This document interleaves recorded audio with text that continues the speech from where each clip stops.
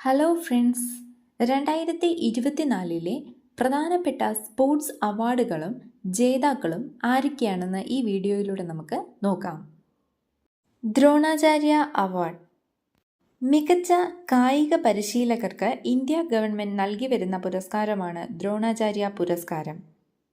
തുടർച്ചയായി മികച്ച പ്രകടനം കാഴ്ചവെക്കുകയും തങ്ങളുടെ കായിക താരങ്ങളെ രാജ്യാന്തര മത്സരങ്ങളിൽ മികവ് തെളിയിപ്പിക്കുകയും ചെയ്യുന്ന പരിശീലകർക്കാണ് ഈ അവാർഡ് നൽകി വരുന്നത്. 2024 5 പരിശീലകർക്കാണ് ദ്രോണാചാര്യ അവാർഡ് ലഭിച്ചത്. 1. പാരാ ഷൂട്ടിംഗ് പരിശീലകനായ സുഭാഷ് റാണ. 2.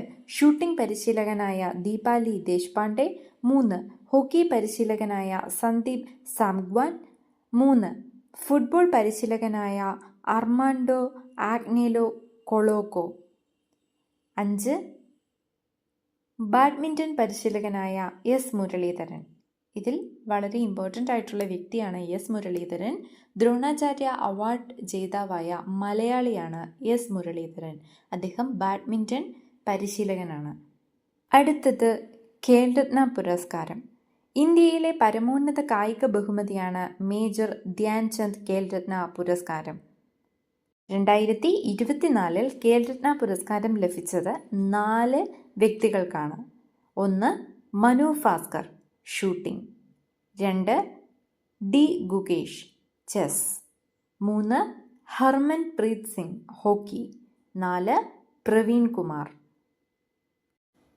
Kumar para athletics ചാമ്പ്യനാണ്.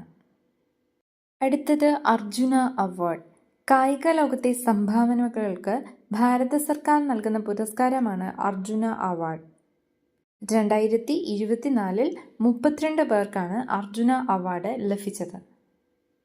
ഇതിൽ അർജുന അവാർഡ് ജേതാവായ മലയാളിയാണ് നീന്തൽ താരമായ സാജൻ പ്രകാശ്.